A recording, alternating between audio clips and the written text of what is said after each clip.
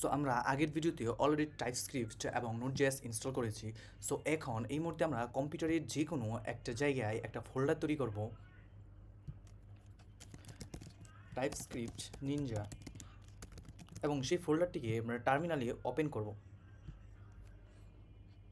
So এইখানে আমরা লিখব কোড স্পেস একটি ডট, তাহলে আমাদের ভিএস কোডটা ওপেন হয়ে যাবে।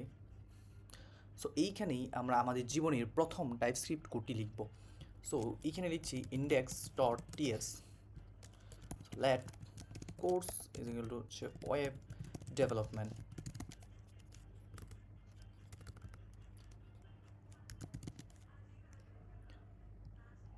সো এবং এই ভেরিয়েবলে আমি যেই টেক্সটটা লিখেছি সেটা হচ্ছে স্ট্রিং, এটা টাইপ হচ্ছে স্ট্রিং, স্ট্রিংটা আমরা ডিফাইন করছি, এবং console.log হচ্ছে কোর্স।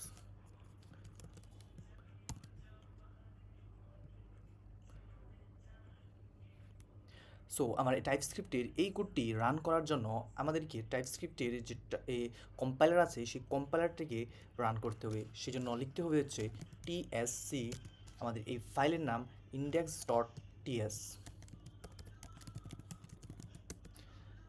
সো আমরা দেখতে পাচ্ছি যে আমাদের ফাইলটা অলরেডি কম্পাইলড হয়ে গেছে।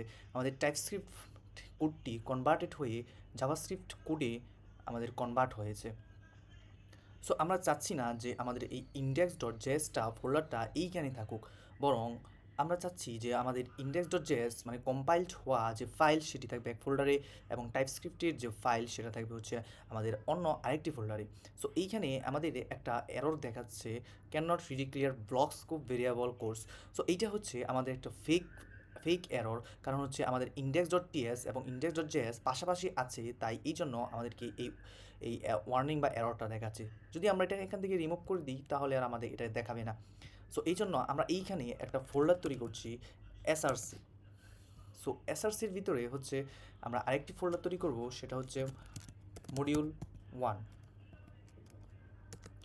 সো আমরা index.ts ফাইলটিকে এই মডিউল 1-এর ভিতরে আমরা মুভ করে দিচ্ছি, এবং index.js যে ফাইলটি দেখতে পাচ্ছি সেটাকে ডিলিট করে দিচ্ছি।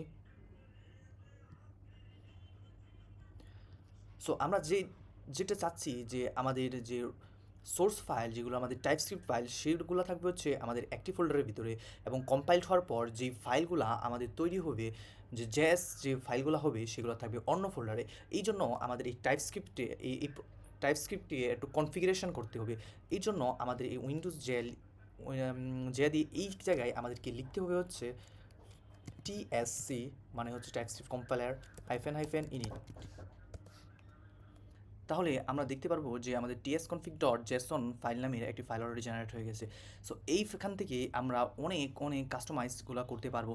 সো এইখানে আমরা দেখব যে আমাদের আউট ডিরেক্টরি নামে কোনো কিছু আছে কি না।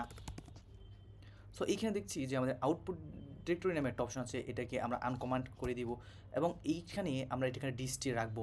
সো আমরা চাচ্ছি যে আমাদের যে জাভাস্ক্রিপ্ট ফাইলগুলো যেগুলো কম্পাইলড হবে টাইপস্ক্রিপ্ট থেকে, সেগুলো হচ্ছে আমাদের এই ডিস্ট ফোল্ডারের ভিতরে থাকবে।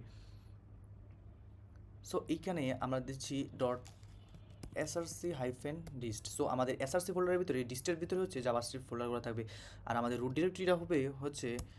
ডিরেক্টরিটা হচ্ছে যেখানে আমাদের টাইপস্ক্রিপ্ট ফাইলগুলো থাকবে। সো আমাদের টাইপস্ক্রিপ্ট ফাইলগুলো থাকবে হচ্ছে মডিউল নামের ফোল্ডারের ভিতরে। সো এইখানে দিতে হবে /module1।